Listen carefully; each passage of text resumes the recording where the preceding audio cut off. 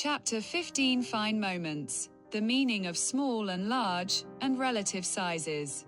A first disclaimer. All persons in this book are fictional. All statements, regardless of subject, are just that, statements. Some are rooted in empirical facts, while others are pure fantasy. My goal is to balance vision and reality, fiction and fact, in such a way that the audience can recognize themselves and continue playing with the swarm of ideas and notions. The book has no ambition to preach an overarching purpose, but rather questions accepted truths. In that way, in a Socratic manner, it leaves the rest to the audience. Now we move into a whirl of thought with unforeseen possibilities and exits. The author of this book is no philosopher, yet has taken the liberty of thinking. It is still allowed to think, if not always out loud, then privately, inside our minds. Thought is free and invisible. Thankfully, what could be more liberating than gazing at the night sky and all the stars on a full moon night, reflecting on what is large and what is small? We lift our gaze from the screen, from the compressed daily grind, the hectic, the immediate, towards a magnificent infinity in which we ourselves are microscopically small beings. Confronted with the vault of heaven and the cosmos in the background, everything else becomes infinitely small.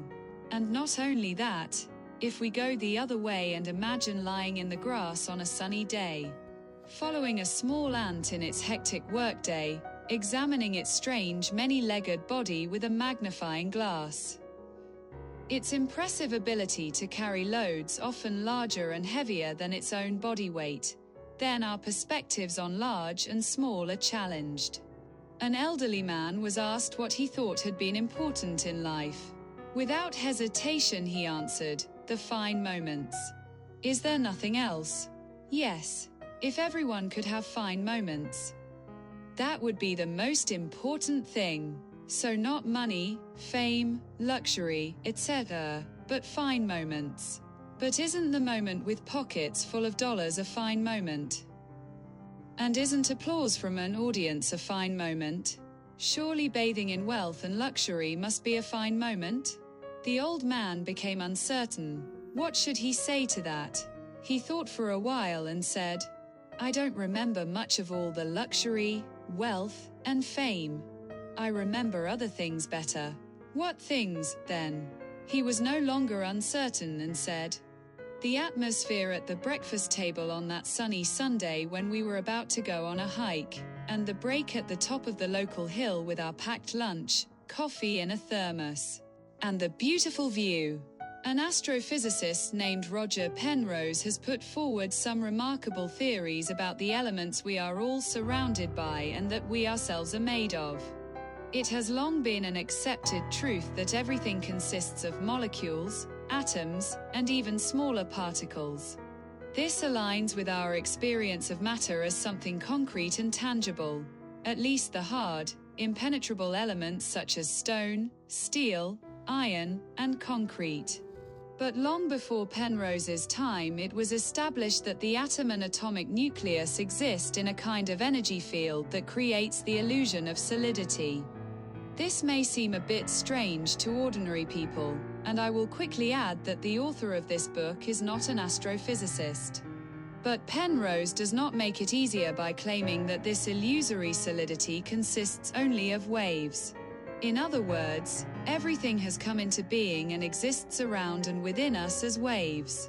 At best, everything is made by a celestial composer, and all we see and experience, all that we are, is music. Music is formed by sound waves. Sound waves arise from oscillations that vibrate at different frequencies.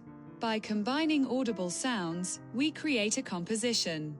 It may consist of a simple sine tone or a large and complex orchestral work. The work, the creation, resonates in space for the time the composer has determined. The work is invisible, yet it affects the heart and mind, and many say that experiencing their favorite music is among the finest moments in life. Music is perishable. It exists only while it is heard. yet it can live on in memory, mind, and heart. Music is thus something imaginary that influences us to a significant degree. By applying the music metaphor to everything around us, indeed, to life itself, it becomes easier to understand the emergence of the moment and its significance. It becomes easier to understand life and death. It becomes easier to demystify all kinds of belief and superstition and all rigid dogmas carved in stone. Everything becomes more natural, purely naturalistic. The music we carry from cradle to grave is the beautiful composition of the time we live. Life is a perishable good in the time period we have been granted, like beautiful music. The author of this book does not claim that music is the answer to everything. There may well be a million other things that give rise to what's beyond everything.